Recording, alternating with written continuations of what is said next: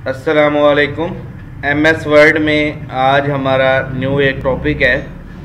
Last topic में हमने picture और शेप के बारे में सीखा था, पिक्चर और स्मार्ट आर्ट। आज के इस लेक्चर में हम सीखेंगे शेप्स के बारे में कि शेप्स क्या होती हैं, उनको किस तरह से डिज़ाइन करते हैं और उनको डिज़ाइन करने का क्या मकसद है।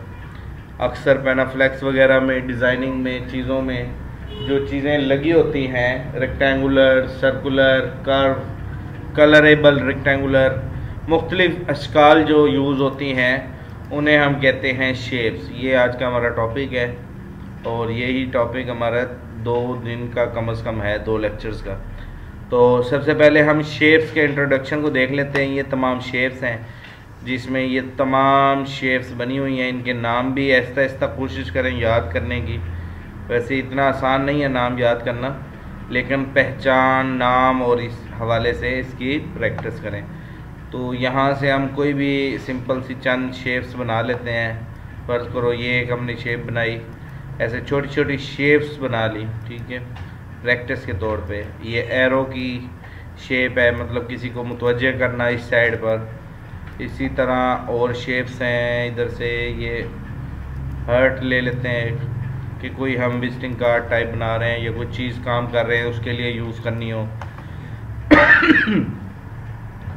किसी को कर्व आउट करना हो कि भाई इस साइड से गुजर कर इधर जाएं, इशारा करना हो तो उस साइड में ये यूज़ करते हैं। तो मुख्तलिफ़ किस्म की अशकाल बनाने के लिए हम, ये स्माइली फेस है, ये तमाम अशकाल हैं। अभी सिंपल हम बनाने के बारे में सीख रहे हैं, ठीक है। तो यहाँ से पेनाफ्लेक्स वाली भी हैं कुछ।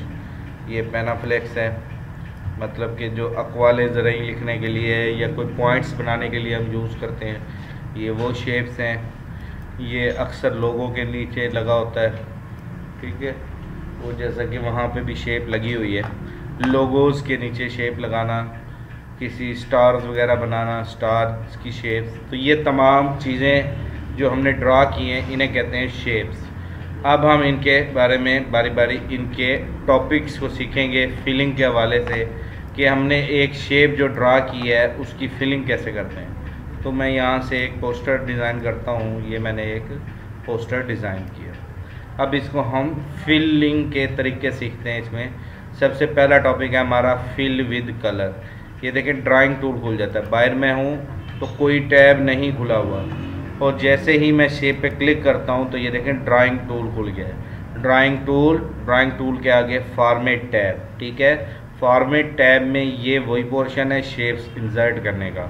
और इस टॉपिक के बारे में आज हमने सीखना है फिलिंग के हवाले से। फिल विद कलर पहला है फिलिंग, फिल विद कलर। ये तमाम कलर है, जिस कलर पे आप क्लिक करेंगे उस कलर से ये फिलिंग हो जाएगा। फर्ज करो मैं इधर से ये लाइट पिंक ये मैंने फिल कर दिया, तो इस अमल को कहते हैं फिल विद कलर।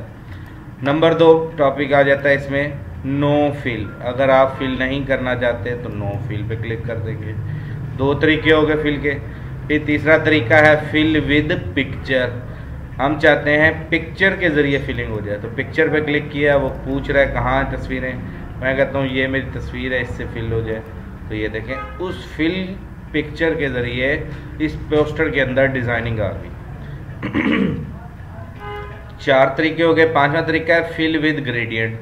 ग्रेडियंट कहते हैं कलर्स को कलर स्केलिंग देना, आसपास लाइट देना और दरमियान से डार्क। और ये ऐसे ये देखें ये मैंने डार्क वाला चूज़ किया तो सेंटर में डार्क के आसपास से लाइट है, तो इसे कहते हैं ग्रेडियंट कलरिंग, ठीक है। ये ग्रेडियंट है और कुछ डार्क दरमियान में हल्के और आसपास से डार्क। तो ये आप जब डिफ़ाइन करेंगे जिस टाइप का आप काम कर रहे होंगे आपको समझ आएगी। 5वें नंबर पे है फिल विद टेक्सचर। टेक्सचर कहते हैं वॉलपेपर से फिलिंग करना।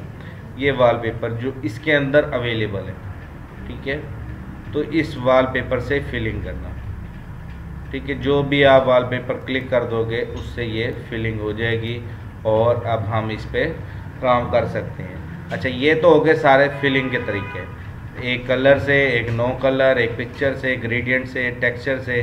ठीक है।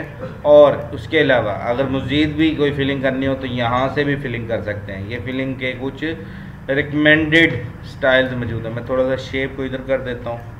तो अब देखें ये रिकमेंडेड कलर्स मौजूद हैं। ये देखें जिस कलर पे आप चूज़ करेंगे तो उसी तरह की आउटलाइन स्टाइल भी चेंज हो जाता है, कलरिंग भी, डबल आउटलाइन, ये एच एवरीथिंग जो आपने लगाना हो वो आप यहाँ से चूज़ कर सकते हैं। ये मैं सिर्फ जस्ट आपको डेमो दिखा रहा हूँ ताकि आपने जो वर्क करना हो, आपको जो पसंद हो उस कलर पे क्लिक कर देंगे और ये वो स्टाइल में स्टार्ट हो जाएगा। जैसे कि मैंने इस पर क्लिक किया तो ये इस पे ये कलर लग चुका है।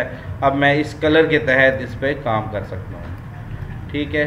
नेक्स्ट वीडियो क्लिप में हम इसकी मज़ीद आउटलाइन के हवाले से सीखते हैं और इसके अंदर करना क्या होता है काम, उसके बारे में सीखते हैं। उम्मीद करता हूँ अभी तक जो हमने इस टॉपिक में, इस वीडियो क्लिप में सीखा, इंसर्ट द शेप्स बनाना और शेप्स के 5 से 6 तरीके फिलिंग के हवाले से सीखे। उम्मीद करता हूँ आपको ये सब क्लियर होगा। थैंक यू, अल्लाह हाफिज़।